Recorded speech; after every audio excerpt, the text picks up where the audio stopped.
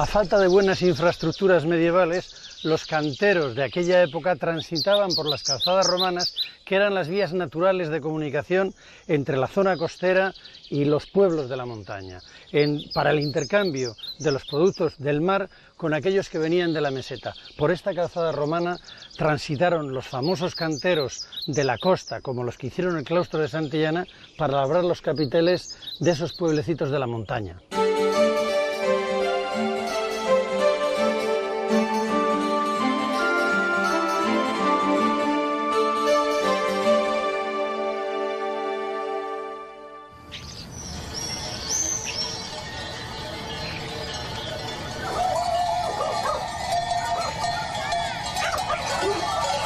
Cervatos está situado en un punto estratégico de la calzada romana que va de Pisoraca a Portus Glenius, justo en el cambio de aguas de una vertiente a la otra.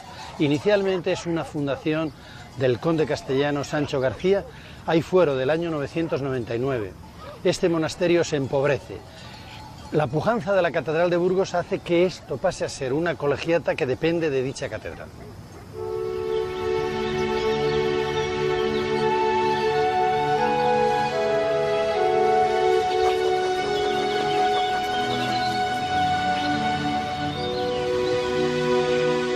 Al margen de los datos eruditos de la historia, la colegiata de Cervatos se ha hecho muy popular en nuestros días por los temas de sus esculturas en capiteles y canecillos.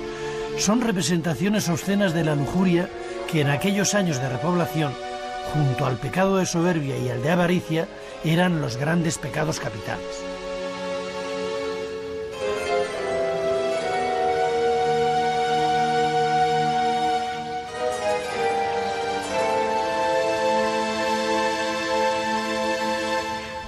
Esta colegiata de Cervatos es muy famosa por la obscenidad de sus esculturas. Los canecillos que acabamos de ver, esculturas de bulto y nunca mejor dicho, son famosos en todos los libros. A mí me recuerda mucho la escultura contemporánea, fundamentalmente el escultor Botero. Son reflejo de una época gloriosa donde lo sagrado y lo profano se mezclaban de una manera muy natural. Eran la continuación de los sermones en los que se fustigaba la lujuria.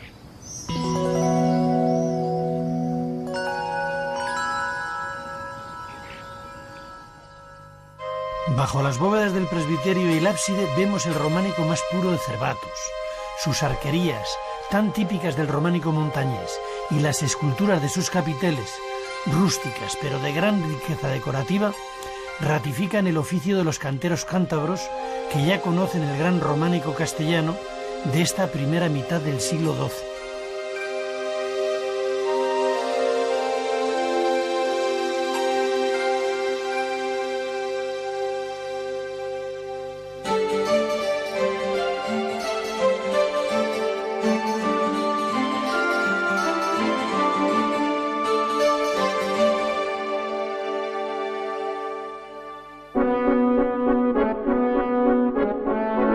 Las praderas de Valdeolea fueron la base del modo de vida de los primitivos pobladores. Con la llegada de Roma, a finales del siglo I a.C., pasaron a ser el gran campo de pastos de la caballería de la Legio IV Macedónica, para dominar y conquistar a las muy hostiles tribus de cántabros.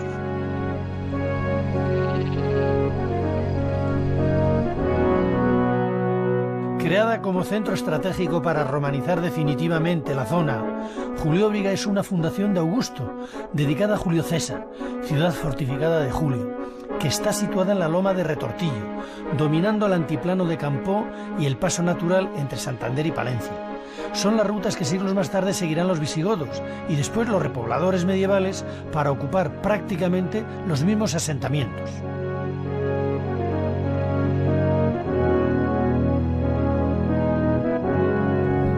Nadie diría que debajo de este camino rural se encuentra el Decumanus de la ciudad de Julióbriga, la más importante ciudad romana en Cantabria. A mis espaldas tengo la iglesia románica. Prácticamente 1200 años separan el templo de Júpiter que había en el foro de esta iglesia románica que ahora contemplamos.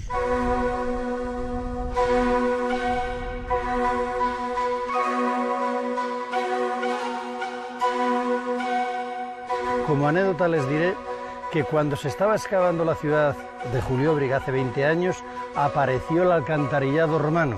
Bueno, pues en aquel momento se estaba trayendo el agua corriente a la población.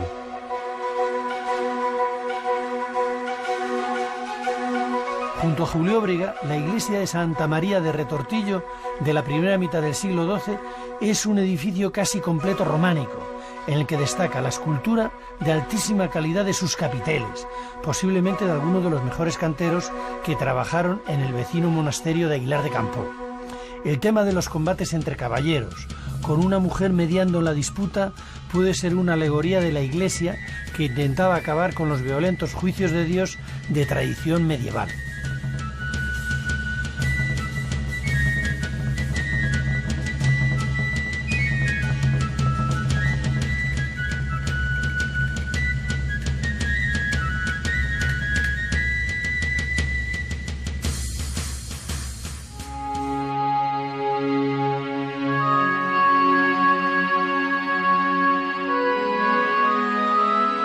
Seguimos en Campoo de en medio, donde la iglesia de San Cipriano de Bolmir, también de los inicios del siglo XII, muestra en su buen trabajo de cantería la relación que tiene con el cercano monasterio de Cervatos, especialmente en la escultura de sus canecillos en la cornisa del muro sur.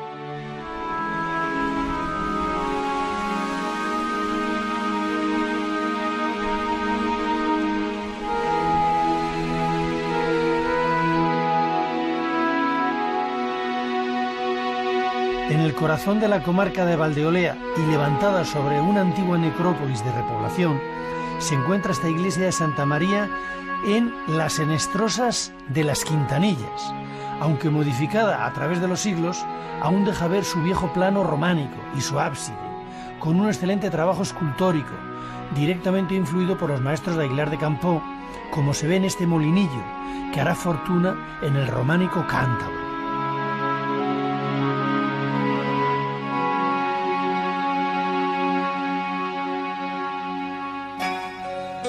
En el interior aún conserva restos de pinturas ya góticas.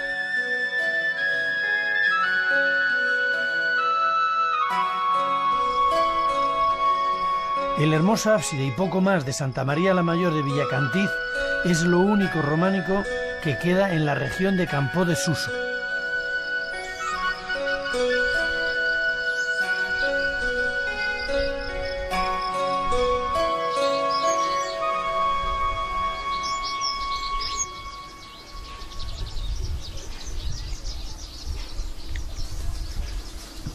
No muy lejos, de nuevo en la vecina Valdeolea, los templos románicos se multiplican, como este de Santa María de Hoyos, en el que en alguno de sus canecillos, bajo el alero de su tejado, los canteros se representan a sí mismos trabajando la piedra. Otros santanderinos han continuado el oficio de maestro cantero, resucitando el románico en pleno siglo XX.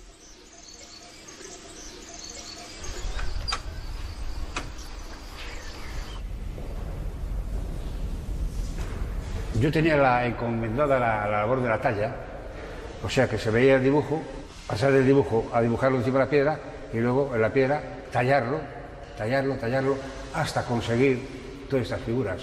Sí, ha sido una cosa muy bonita, hombre. El material que se trajo es la piedra arenisca, que es como todas las iglesias románicas del norte de España, y luego pues las herramientas, pues vulgares y corrientes de aquellos tiempos. No había habido grúas, ni ha habido cosas modernas, sino todo esa base del sistema antiguo.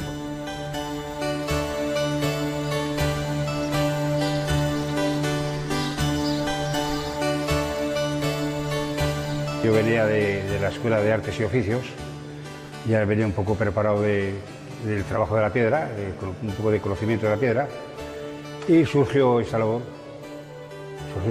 Me llamaron, me encomendaron, oye, tú te comprometes a hacer esta talla y esto y tal. Bueno, pues sí. Entonces, con el tiempo, fui comprendiendo todo lo que se iba a hacer aquí, que era muy costoso, como se puede ver. Esto es una obra que no es cualquier cosa.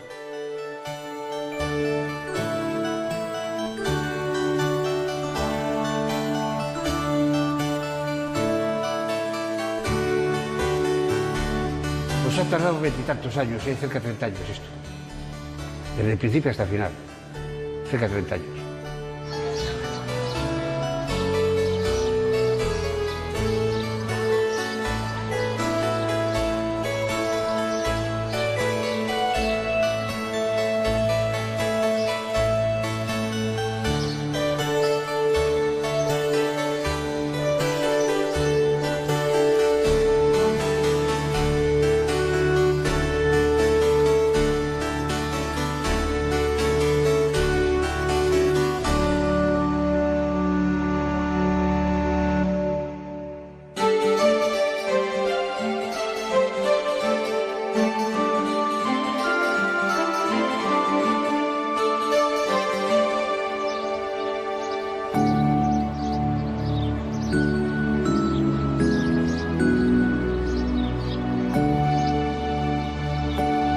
De Santa Cruz de Castañeda es una de las construcciones más importantes del románico de Cantabria. Se encuentra en un viejo camino que une las cuencas del Pas y del Miera, en el último tramo del curso del río Pisueña que cruza el valle de Cayón. La repoblación de la trasmiera del conde Gundesindo en el año 816, junto al posterior paso de peregrinos hacia Oviedo y Santiago, que la ponen en contacto con el románico internacional, podrían ser los antecedentes de este edificio levantado en el primer tercio del siglo XII.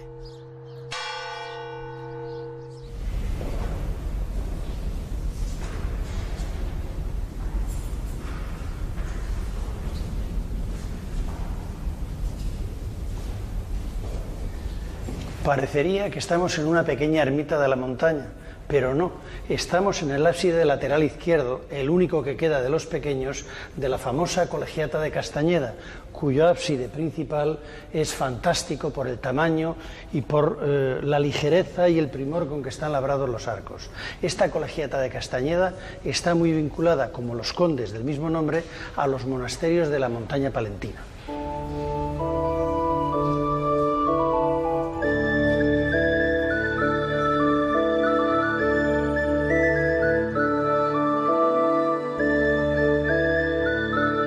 Con una escultura de técnica robusta, pero muy expresiva, esta fuerte construcción románica tiene en su ábside una de las más hermosas arquerías de la región. Es, en definitiva, el resultado de lo que supone su situación geográfica en un cruce de caminos, muy especialmente el de Santiago. En 1930 fue declarada bien de interés cultural.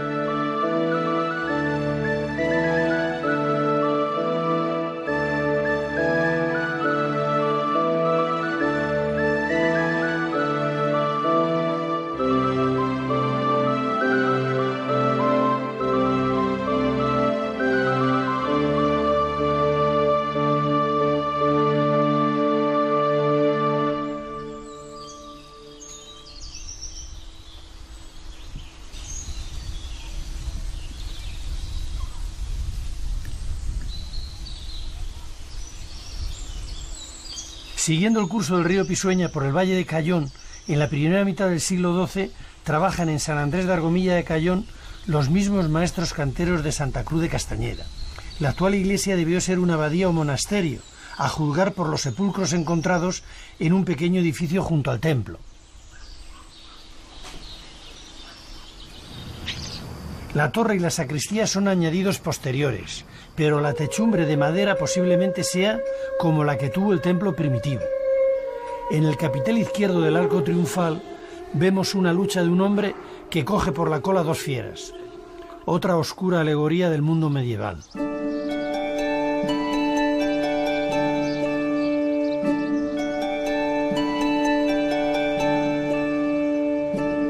Y no muy lejos de Argomilla se encuentra esta iglesia de Santa María de Cayón, que nada menos que en el año 817 es nombrada como propiedad del conde Gundesindo.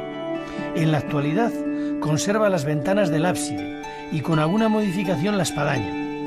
La doble arquería en el interior, tan típica de Cantabria, es lo más valioso de la iglesia, junto con su apreciable decoración escultórica. Comenzada a principios del siglo XII, fue terminada o reformada a partir de 1150.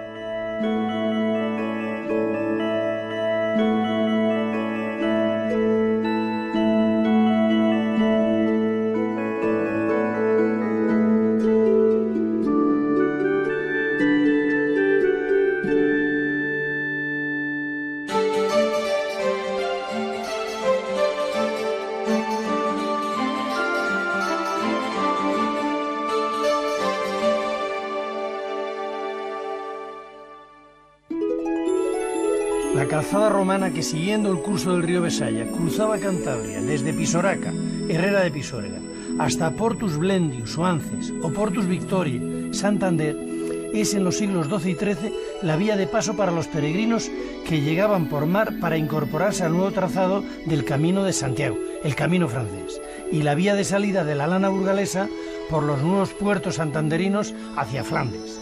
Así, la ruta del río Besaya se convierte en un foco de iglesias y monasterios románicos único en el norte de España.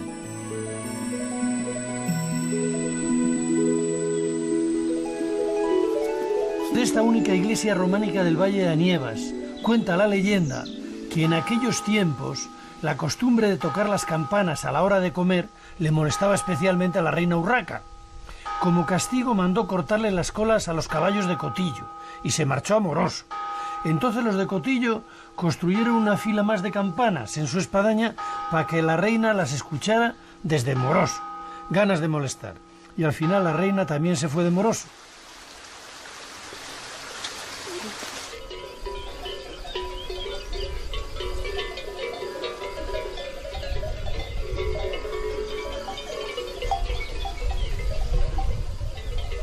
En la antigua localidad de Río Seco, citada en el Fuero Apócrifo de Cervatos del año 999, se encuentra la iglesia de San Andrés.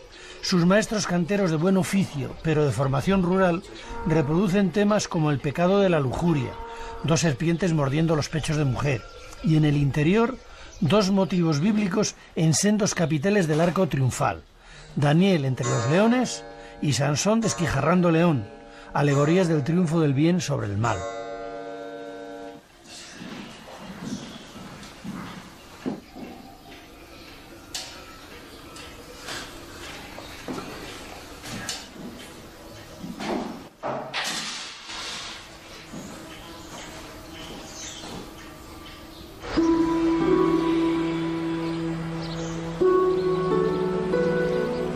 A mediados del siglo XI ya debía existir en Silio un viejo monasterio, pero el edificio que ahora conocemos pertenece ya a la expansión del gran románico que circula por la ruta del Besaya, y posiblemente su construcción sea de la primera mitad del siglo XII.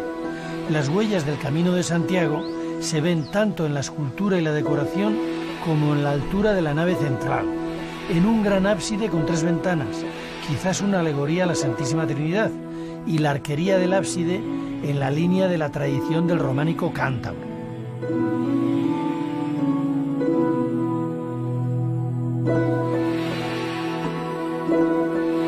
La iglesia sufrió un incendio en 1936 que afectó, pero no llegó a destruir, el simpático y buen trabajo de los canteros medievales.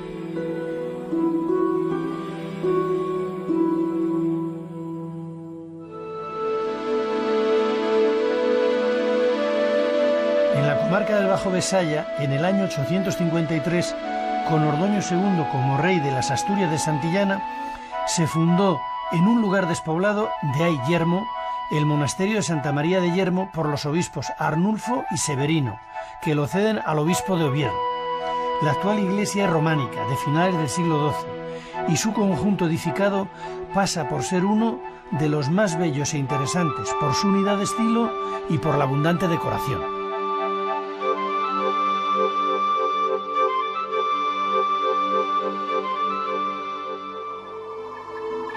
La gran variedad de temas esculpidos en capiteles y canecillos van desde la pura geometría a los monstruos, los oficios y los dedicados al pecado, si es que no lo eran todos, como el de la lujuria, con figuras en posiciones obscenas cuya expresividad debía ser, se supone, modelo del mal para los regidores espirituales de estas parroquias.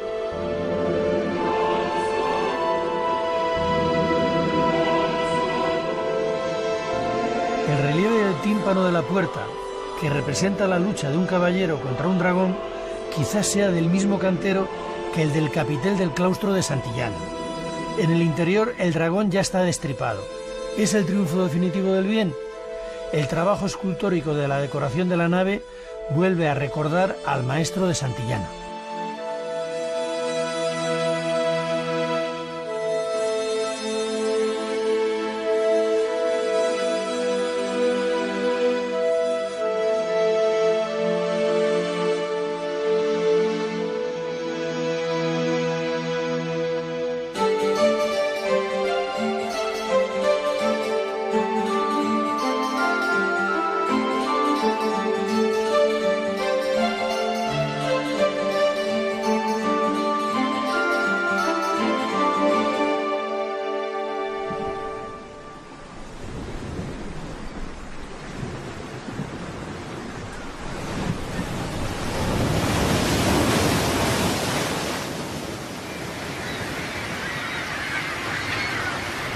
Ya hemos comentado cómo en el siglo XII Castilla desarrolla y organiza su cabaña ganadera. La trashumancia es la base de este desarrollo y la lana que llega a Burgos es enviada a los puertos recién creados en la costa cántabra: Castro Urdiales, Laredo, Santander, San Vicente de la Barquera, para su exportación, especialmente a Flandes. Es el gran momento de la integración de Cantabria en Castilla.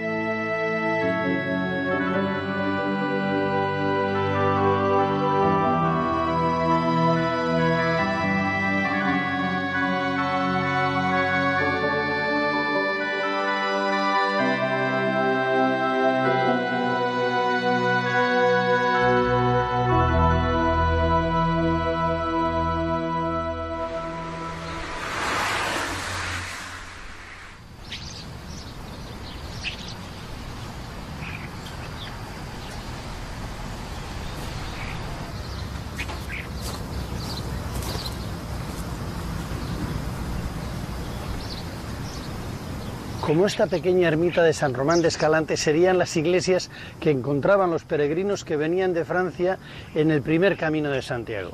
Estamos a 5 kilómetros de la costa y esta era la naturaleza que ellos veían a su paso: praderas y bosques exuberantes. Todavía no estaba suficientemente protegido por las fortalezas del Duero el camino francés, que luego daría paso a las grandes peregrinaciones hacia Santiago.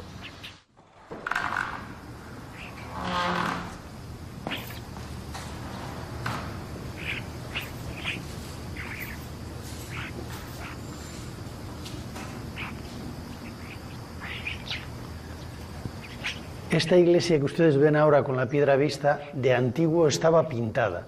Todavía hay restos de policromía en las esculturas y en la ornamentación. Estas esculturas son de influencia francesa, estilo borgoñón. Son muy primitivas y en parte el primitivismo se debe a la edad temprana en que se hicieron y también a la dureza de la piedra.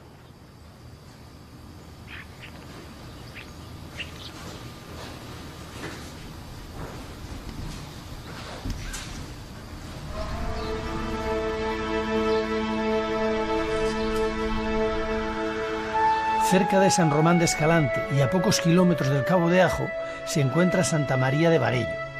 Puede ser que naciese como un pequeño monasterio particular durante la repoblación medieval, o que dependiese de otro de mayor dominio en la Trasmiera, como era el de Santa María del Puerto en Santoña, en los años finales del siglo XII o comienzos del XIII, que es cuando debió de ser levantada la iglesia.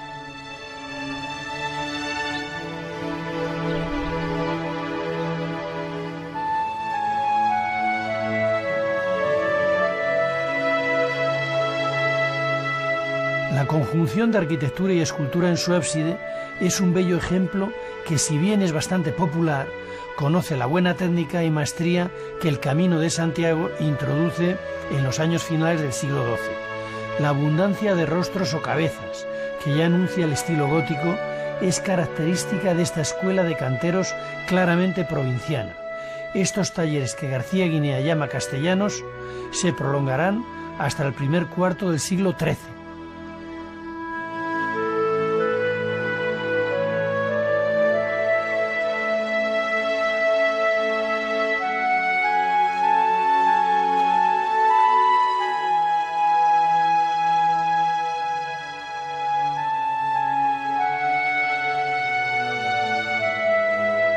La pila bautismal, situada junto al pórtico, es una de las tres más bellas del románico montañés, junto a la de Santillana y a la de Santoña.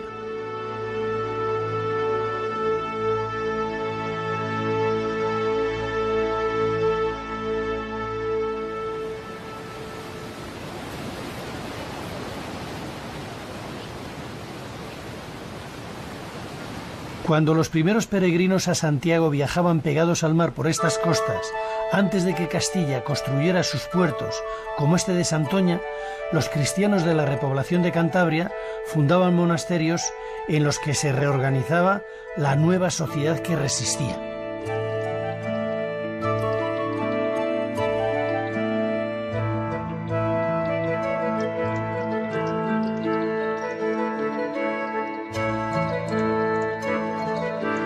El monasterio de Santa María del Puerto, en la actual villa de Santoña, fue uno de ellos, y no el menos importante, Hay relatos como el de Argaiz que la supone fundada por el mismísimo apóstol Santiago, que consagró obispo de ella a San Arcadio, nada menos que en el 37 de nuestra era. Lo cierto es que la primera fecha datada del monasterio de Puerto es del año 836, según consta en la colección diplomática de San Salvador de Oña. En 1210, con el abad don Gutiérrez, Alfonso VIII ordena la revisión de las pertenencias del monasterio. Sus posesiones llegaban por el este hasta Islares, por el oeste hasta Santander y por el sur toda la cuenca del río Asón desde Rasines al mar.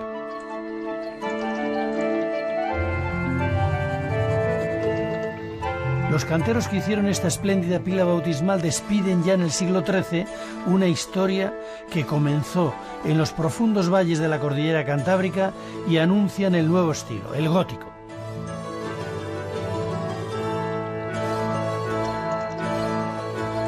Salimos de las montañas donde Beato de Liébana lidera una iglesia militante y combativa. En sus comentarios al Apocalipsis inventa los beatos, copiadísimos luego en el románico posterior. Hemos visto también los eremitorios, donde los premonjes estaban orando en aquellas cuevas para luego convertirse en monasterios. Posteriormente los monasterios se convierten en las colegiatas que hemos visto. Ahora estamos en la costa, en Santoña. Esta pila bautismal que ustedes ven, hecha por los grandes canteros de este final del románico, similar a las de Barello y Santillana, nos está hablando de que ya está el gótico encima de nosotros.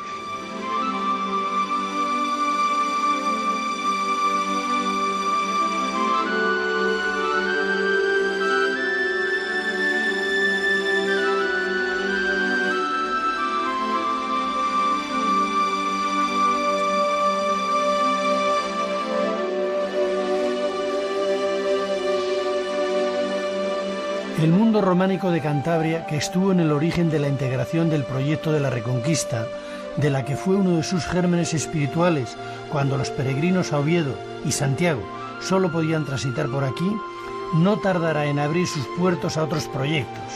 Pero esa es ya otra historia.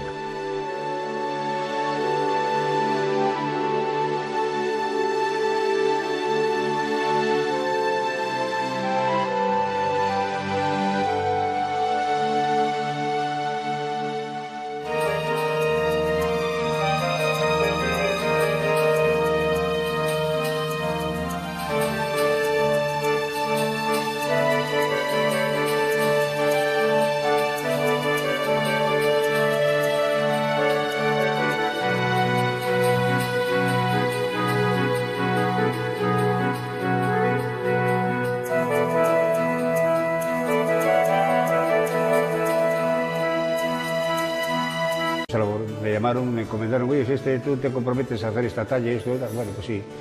Entonces, con el tiempo, fui comprendiendo todo lo que se iba a hacer aquí, que era muy costoso, como se puede ver, esto es una obra que no es cualquier cosa.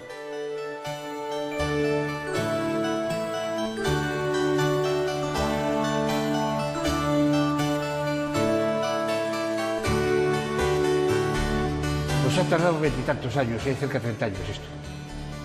Desde el principio hasta el final, cerca de 30 años.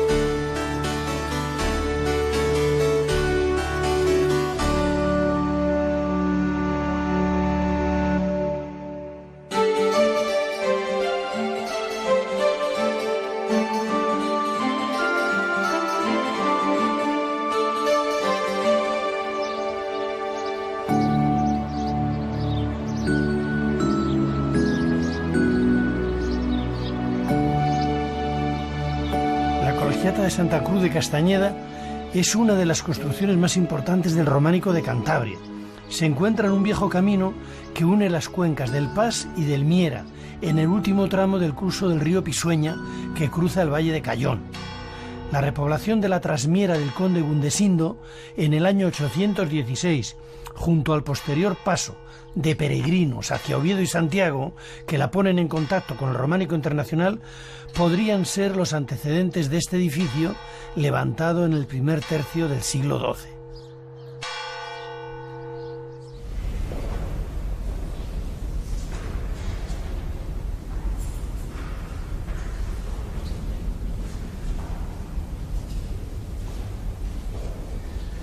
Parecería que estamos en una pequeña ermita de la montaña, pero no, estamos en el ábside lateral izquierdo, el único que queda de los pequeños, de la famosa Colegiata de Castañeda, cuyo ábside principal es fantástico por el tamaño y por la...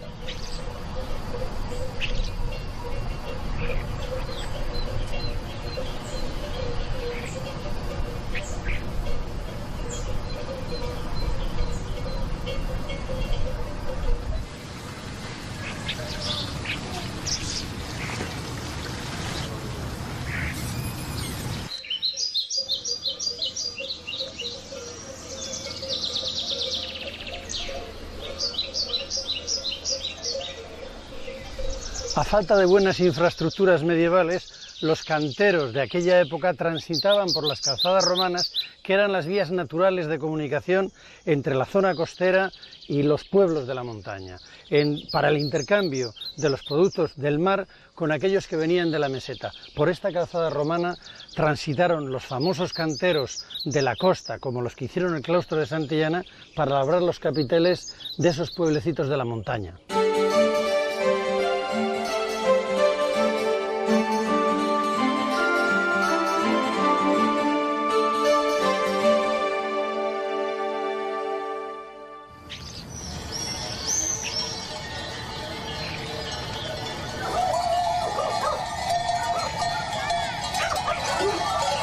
Cervatos está situado en un punto estratégico de la calzada romana que va de Pisoraca a Portus Blendius, justo en el cambio de aguas de una vertiente a la otra. Inicialmente es una fundación del conde castellano Sancho García, hay fuero del año 999. Este monasterio se empobrece. La pujanza de la Catedral de Burgos hace que esto pase a ser una colegiata que depende de dicha catedral.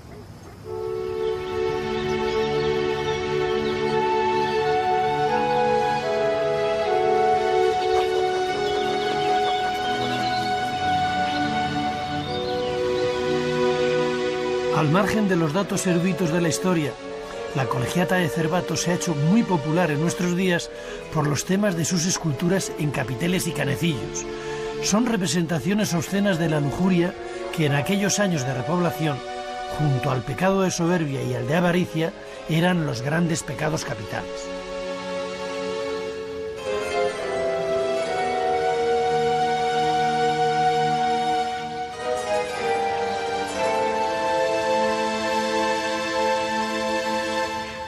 Esta Colegiata de Cervatos es muy famosa por la obscenidad de sus esculturas. Los canecillos que acabamos de ver, esculturas de bulto y nunca mejor dicho, son famosos en todos los libros. A mí me recuerda mucho la escultura contemporánea, fundamentalmente el escultor Botero. Son reflejo de una época gloriosa donde lo sagrado y lo profano se mezclaban de una manera muy natural. Eran la continuación de los sermones en los que se fustigaba la lujuria.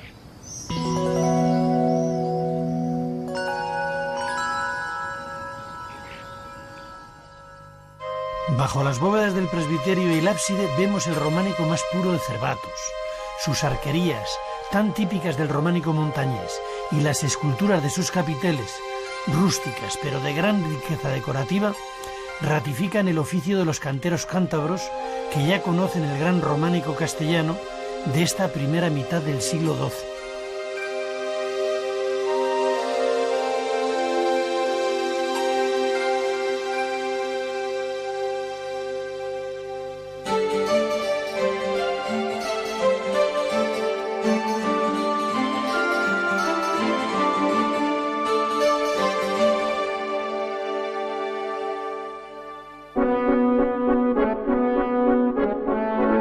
Las praderas de Valdeolea fueron la base del modo de vida de los primitivos pobladores. Con la llegada de Roma, a finales del siglo I a.C., pasaron a ser el gran campo de pastos de la caballería de la Legio IV Macedónica, para dominar y conquistar a las muy hostiles tribus de cántabros.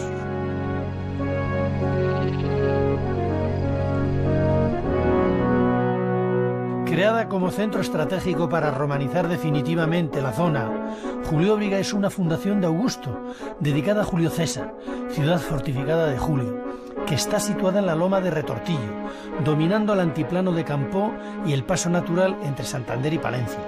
Son las rutas que siglos más tarde seguirán los visigodos y después los repobladores medievales en Estrosas de las Quintanillas. Aunque modificada a través de los siglos, aún deja ver su viejo plano románico y su ábside, con un excelente trabajo escultórico, directamente influido por los maestros de Aguilar de Campó, como se ve en este molinillo, que hará fortuna en el románico cántabro.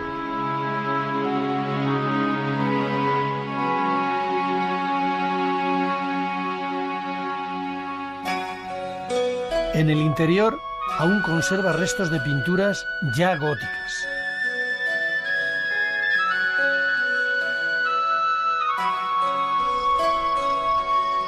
El hermoso ábside y poco más de Santa María la Mayor de Villacantiz es lo único románico que queda en la región de Campó de Suso.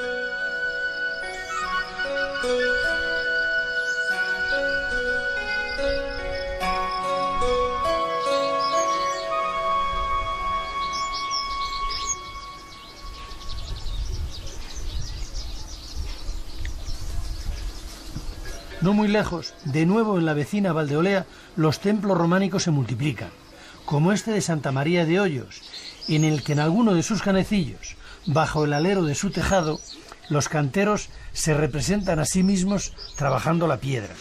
Otros santanderinos han continuado el oficio de maestro cantero, resucitando el románico en pleno siglo XX.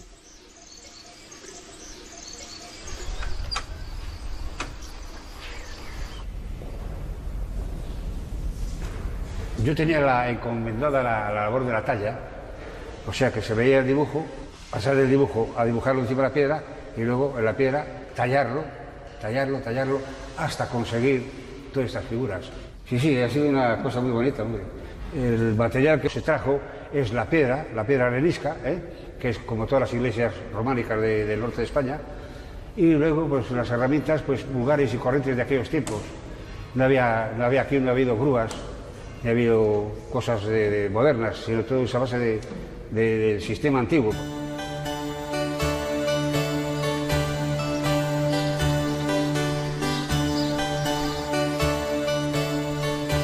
Yo venía de la Escuela de Artes y Oficios, ya venía un poco preparado del trabajo de la piedra, con un poco de conocimiento de la piedra, y surgió esta labor. Para ocupar prácticamente los mismos asentamientos.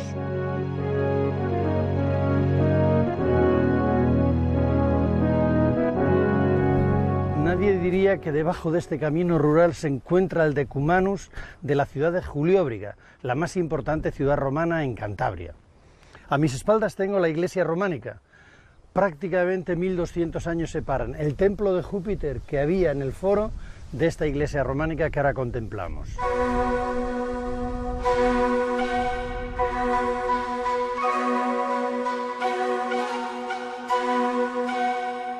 Como anécdota les diré que cuando se estaba excavando la ciudad de Julióbriga hace 20 años, apareció el alcantarillado romano. Bueno, pues en aquel momento se estaba trayendo el agua corriente a la población.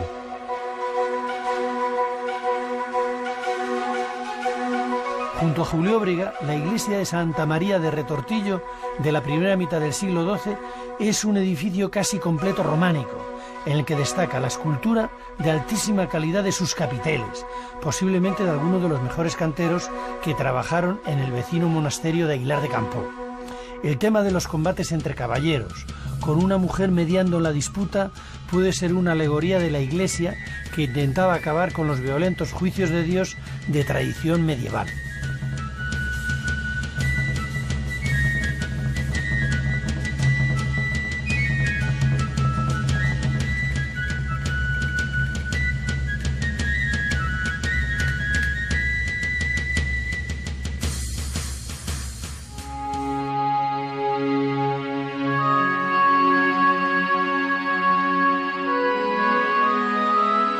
Seguimos en Campoo de Medio, donde la iglesia de San Cipriano de Volmir, también de los inicios del siglo XII, muestra en su buen trabajo de cantería la relación que tiene con el cercano monasterio de Cervatos, especialmente en la escultura de sus canecillos en la cornisa del muro sur.